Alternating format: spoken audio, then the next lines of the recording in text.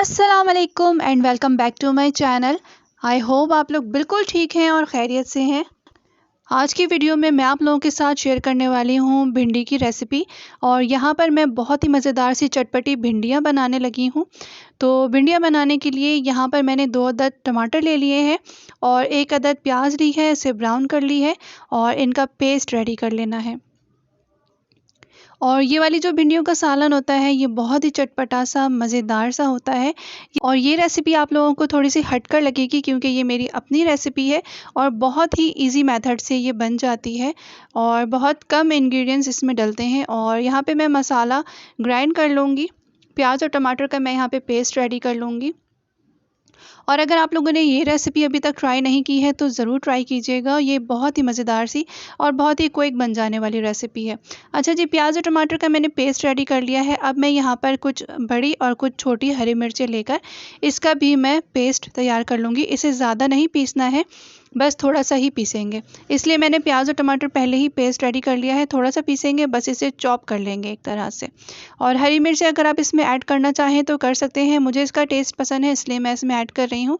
Spices आप अपने हिसाब से कम या ज़्यादा कर सकते हैं। अब यहाँ पर मैंने एक पैन ले लिया है और इसमें मैं थोड़ा सा ऑयल ऐड करूँगी। ऑयल आप अपने हिसाब से कम या ज़्यादा रख सकते हैं।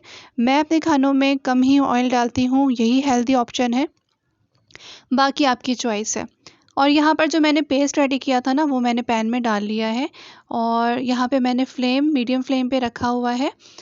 और इसके अलावा अब मैं यहाँ पर इसमें ऐड करूँगी अचार गोश्त का मसाला। और सारा जो टेस्ट होगा ना वो इस ही अचार गोश्त के मसाले का होगा।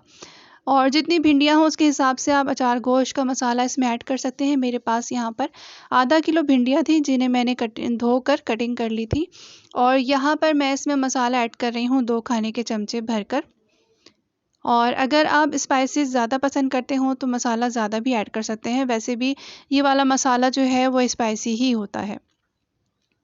तो यहाँ पर मेरे पास शान का अचार गोश्त का मसाला था, ये मैंने इसमें ऐड कर दिया है। आपके पास जो भी हो आप वो इसमें ऐड कर सकते हैं। और इन मसालों को अच्छी तरह से भून लेना है। थोड़ी देर के लिए मैं इसे कवर करके रख दूँगी और फिर उसके बाद इसे मैं थोड़ा सा भून लूँगी। और जो मसाला जग में रह गया था बाकी वो मैंने पानी डाल के इसमें डाल दिया है। और इन मसालों को बहुत अच्छी तरह से भून लेना है ताकि मसाले से कच्चेपन की स्मेल ख़त्म हो जाए और मसालों में अच्छा सा टेस्ट आ जाए। और मीडियम फ्लेम पे मैं इसे भून रही हूँ और थोड़ी देर के लिए मैं इसे कवर करके रखूँगी ताकि छींटे इधर उधर ना पड़े। और साथ साथ मैंने चमचा चलाया है बीच में। और यहाँ पे मसाले का पानी तकरीबन ड्राई होने लगा है और इसे मैं कुछ देर और भूनूंगी जब तक कि तेल सेपरेट ना हो जाए। और यहाँ पर तेल सेपरेट हो चुका है। और नमक मैंने टेस्ट किया था तो मुझे थोड़ा सा कम लग रहा था, तो थोड़ा सा मैंने इसमें नमक भी ऐड कर दिया है। अब इसे भी अच्छी तरह से मिक्स कर देंगे।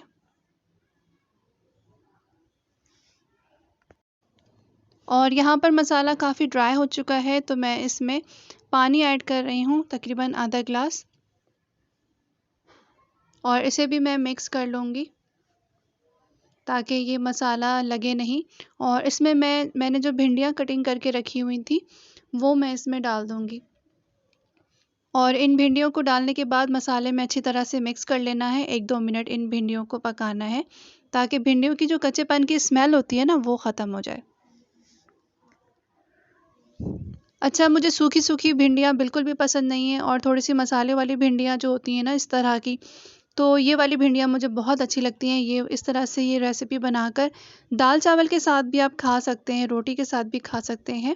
बहुत ही मज़ेदार सी ये रेसिपी बनती है।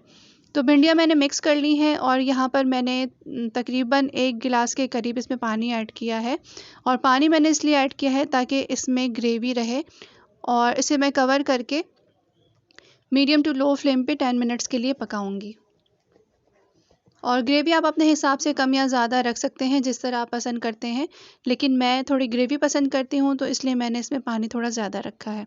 और यहाँ पे मैंने 10 मिनट्स के बाद भिंडियों को चेक किया था तो ये सॉफ़्ट नहीं हुई थी, तो फिर मैंने मज़ीद 10 मिनट्स के लिए रख दिया था पकने के लिए। और फिर मज़ीद 10 मिनट्स के बाद मैंने जब इसे चेक किया तो फिर ये पक चुकी थी, सॉफ़्ट हो चुकी थी।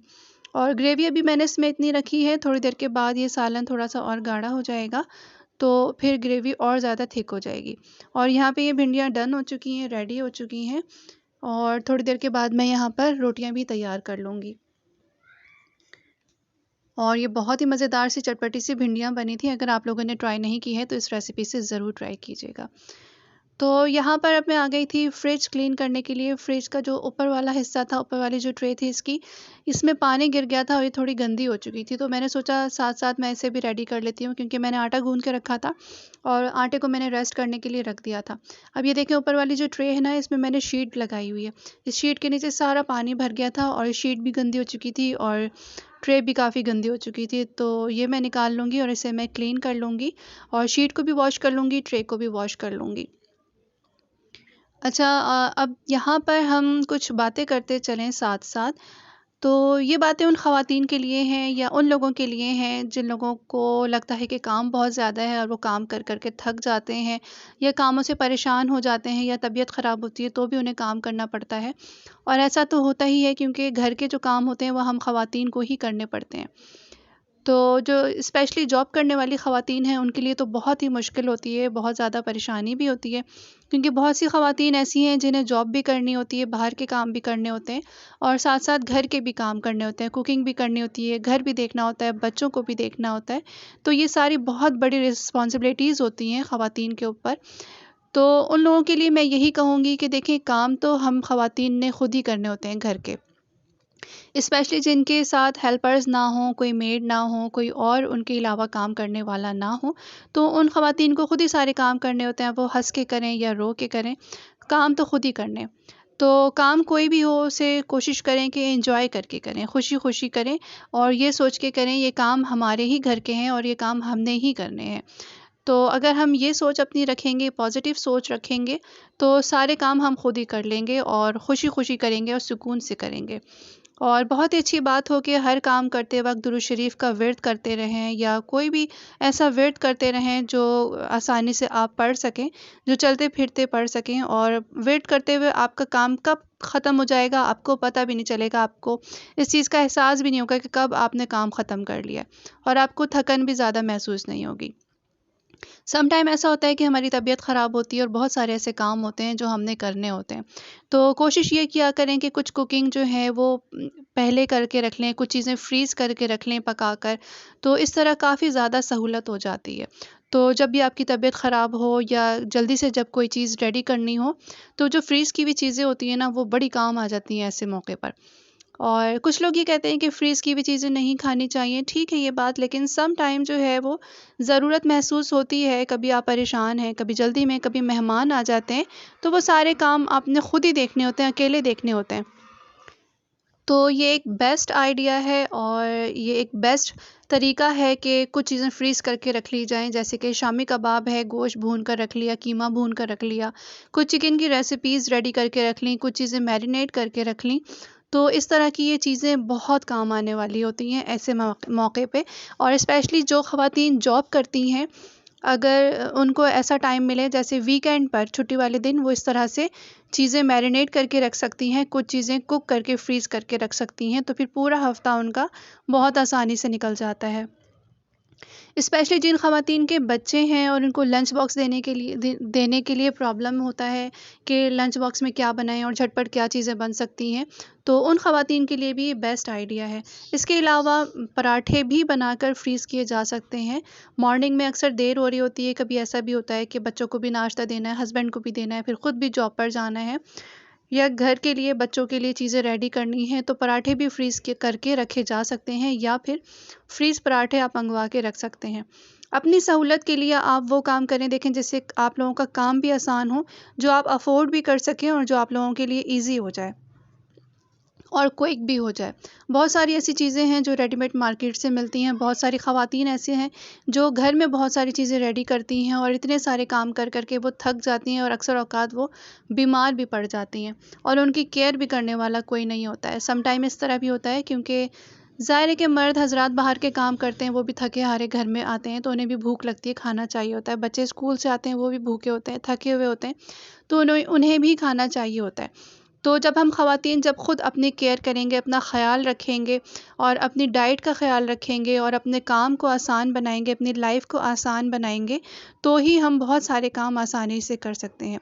कुछ चीज़ें रेडीमेड होती हैं, वो आप ख़रीद कर रख सकते हैं, जैसे कि ब्राउन प्याज, टमाटो प्यूरी, अदरक लहसुन का पेस्ट, इस तरह की वो चीज़ें हैं जिससे आप अपनी लाइफ को आसान बना सकते हैं।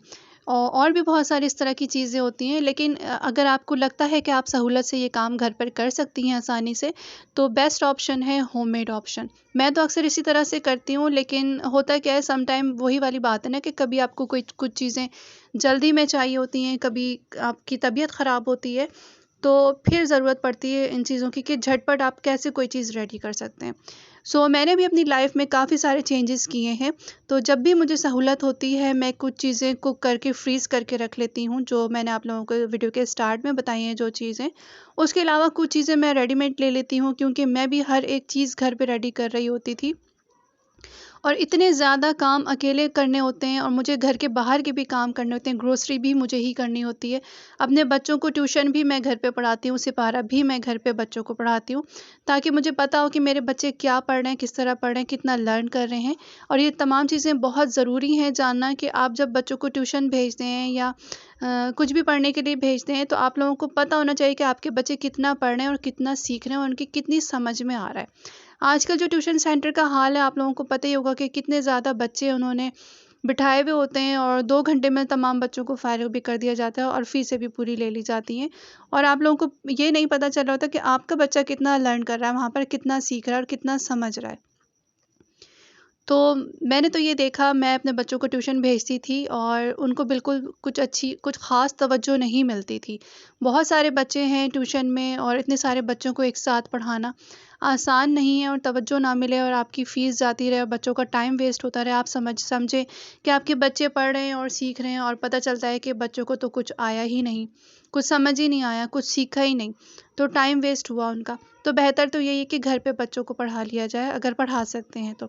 अदरवाइज़ ट्यूशन आप भेजना चाहें, कहीं अच्छी ट्यूशन है, आपको लगता है कि वहाँ सही तवज्जो मिलती है, तो आप वहाँ पर भेजें। इस तरह से आपका बर्डन भी कुछ कम होगा। अच्छा जी, यहाँ पर भिंडी का सालन रेडी हो चुका है, गरमा-गरम रोटियाँ भी तैयार कर ली मैंने और सैलेड भी मैंने रेडी कर लिया है। खाने के टाइम ज़रूरी है कि सैलेड लाज़मी अपनी ज़िंदगी में सैलेड को अपने खानों का हिस्सा बनाएँ।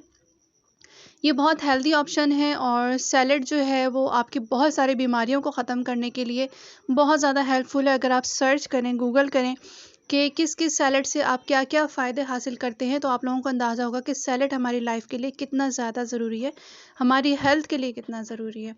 तो जी, अब बारी आ गई है भिंडियों को टेस्ट करने की और इसे मैं टेस्ट करूँगी। और ये गरमा-गरम रोटियाँ मैंने यहाँ रेडी कर ली हैं और ये दोपहर के खाने का वक़्त हो चुका था।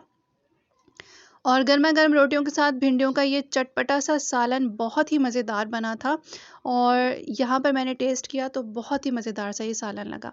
अच्छा जी, इसी ग्रेवी और इसी मसाले के साथ आप चने की दाल में भगार भी लगा सकते हैं, चने की दाल का मसाला रेडी कर सकते हैं।